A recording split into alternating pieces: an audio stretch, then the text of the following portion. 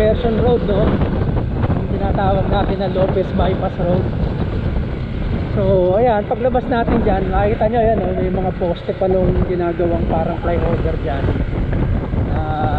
Ilang taon na ba, nakakapagtaka bakit hindi natatapos.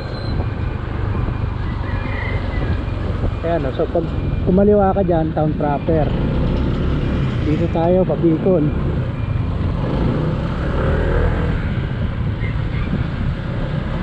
Tagal na tong ganito eh. Actually ito, lubak-lubak din to dati. Parang naayos na. Hindi, talagang meron pa rin.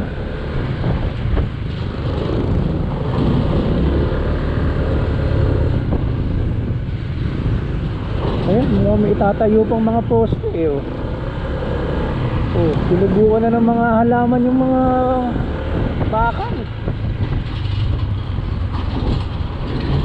Gagawin pa to, lalaparan pa yung tulay. Matagal-tagal pa. So ito na yung parte na malubak ata, ayan o.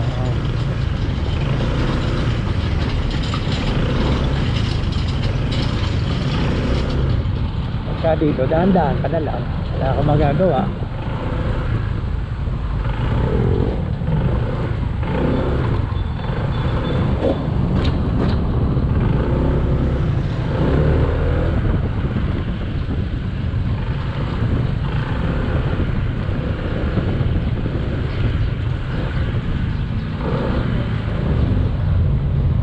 Ay nako,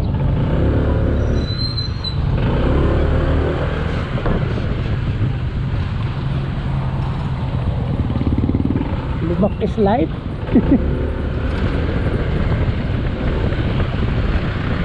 Gandun pa to. Bakit paglagpas natin dito parang ano na eh, malawak na. 10 kilometers pa.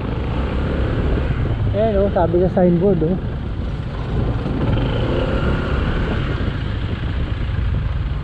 Pag 4 wheels ka dito, talagang nagdadahan-dahan ka.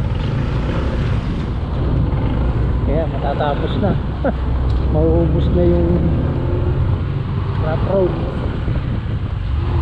Ayan.